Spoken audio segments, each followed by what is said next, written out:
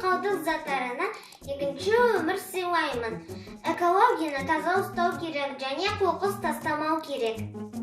Мысалы, менің алдымда майонездің бос шелектері тұр. Осыдан біз жасаймыз фломастер салатын, қарындаш салатын және қалам желім салатын жаңа жылға арналған әдемі қорапшаларды жасаймыз.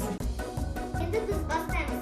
Бізге керегі A4 қағаз, түрлі түсті қағаз, сызғыш, қарындаштар және 2 түрлі желім, қайшы және 4 фломастер.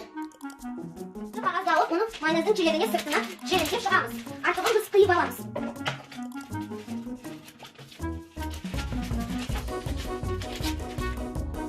Қызғылт шелек шықты. Енді біз бір A4 қағазды алып, онымен 2-ге бөлеміз.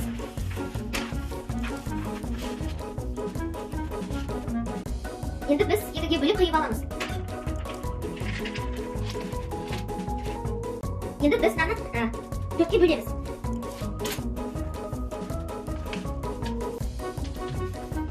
Енді біз ақаланың суретін жасаймыз.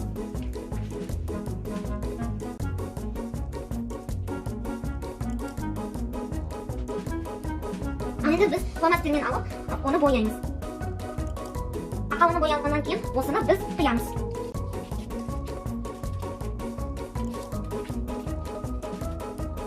Менде 3 секунды ақалылар шықты. Осылар мен шелектің сыртына әдемілеп, желімдеп шығамын.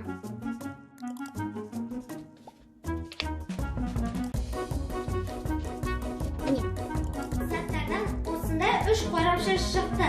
Сіздер де жасап